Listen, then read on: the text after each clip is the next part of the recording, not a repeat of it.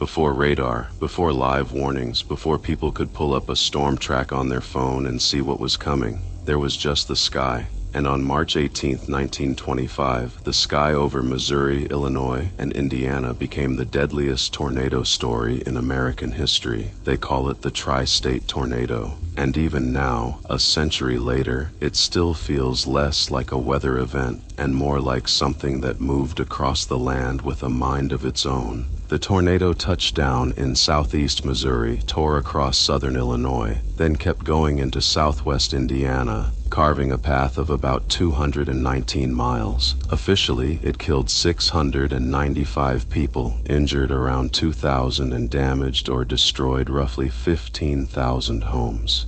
To this day, it remains the deadliest tornado in U.S. history, and that is what makes this story so haunting. It did not just destroy one town, it kept going.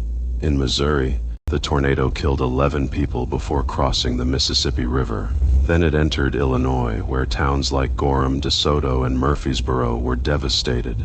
Murfreesboro alone suffered 234 deaths, making it one of the deadliest tornado strikes on a single American community ever recorded. After that, the storm crossed into Indiana, where towns like Griffin, Owensville, and Princeton were torn apart before the tornado finally dissipated southwest of Petersburg. Indiana alone saw 71 deaths from the storm, and the scariest part is how fast it moved. This was not a storm that sat over one place. It raced. Reports and later analyses say the tornado moved at speeds around 60 to 70 miles per hour, which meant in some places people had almost no time to react. In 1925, there were no modern warning systems, no weather apps, no live radar streams, and at the time even the public use of the word tornado in forecasts was heavily restricted. So for many people, the first real warning was not an alert, it was the sound. That is where the mystery of this storm still lives. Imagine being in a farmhouse, a school, or a small downtown in 1925. The sky darkens, the pressure changes. Maybe somebody says it sounds like a train, but trains do not tear entire towns apart. Trains do not rip half a community off its foundations in minutes. This storm did, and in some places it looked so massive and moved so fast that people likely did not even understand what they were seeing until it was already on top of them. That is an inference from the documented speed, the era's lack of warning systems, and the breadth of destruction. In the aftermath, the damage was described in almost unbelievable terms. Whole blocks were gone, schools were hit, farms were flattened, families were buried under debris.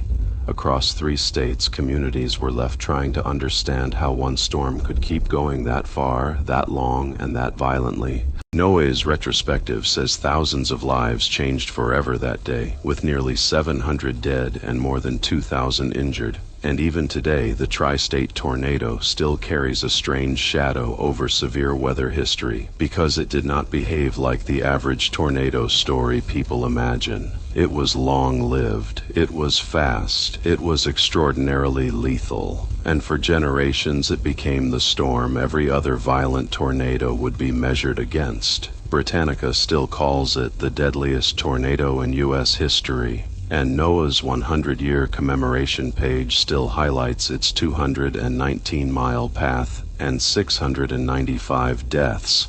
So what is the lesson now, 100 years later? It is not just that the tri-state tornado was historic. It is that today's warnings matter because storms like that once came with almost none. Now we have radar. Now we have tornado watches and warnings. Now we have sirens, push alerts, and live streams. But none of that matters if people wait too long to act.